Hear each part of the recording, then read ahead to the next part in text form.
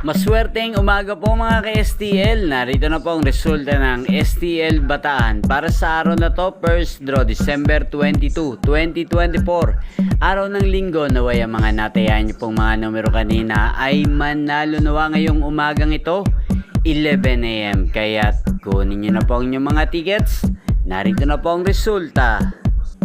Ang mga numerong nanalo sa STL Bataan ngayong umagang ito, December 22, 2024, 11 AM. First draw result, 22 at 5 in exact order. Sa lahat po ng tumaya kanina sa STL Bataan, para sa first draw ng 22 at 5, congrats po sa inyo. Panalo po kayo again, 22 at 5. At shoutout po natin ngayong umagang ito sa STL Bataan si Ate Maritel.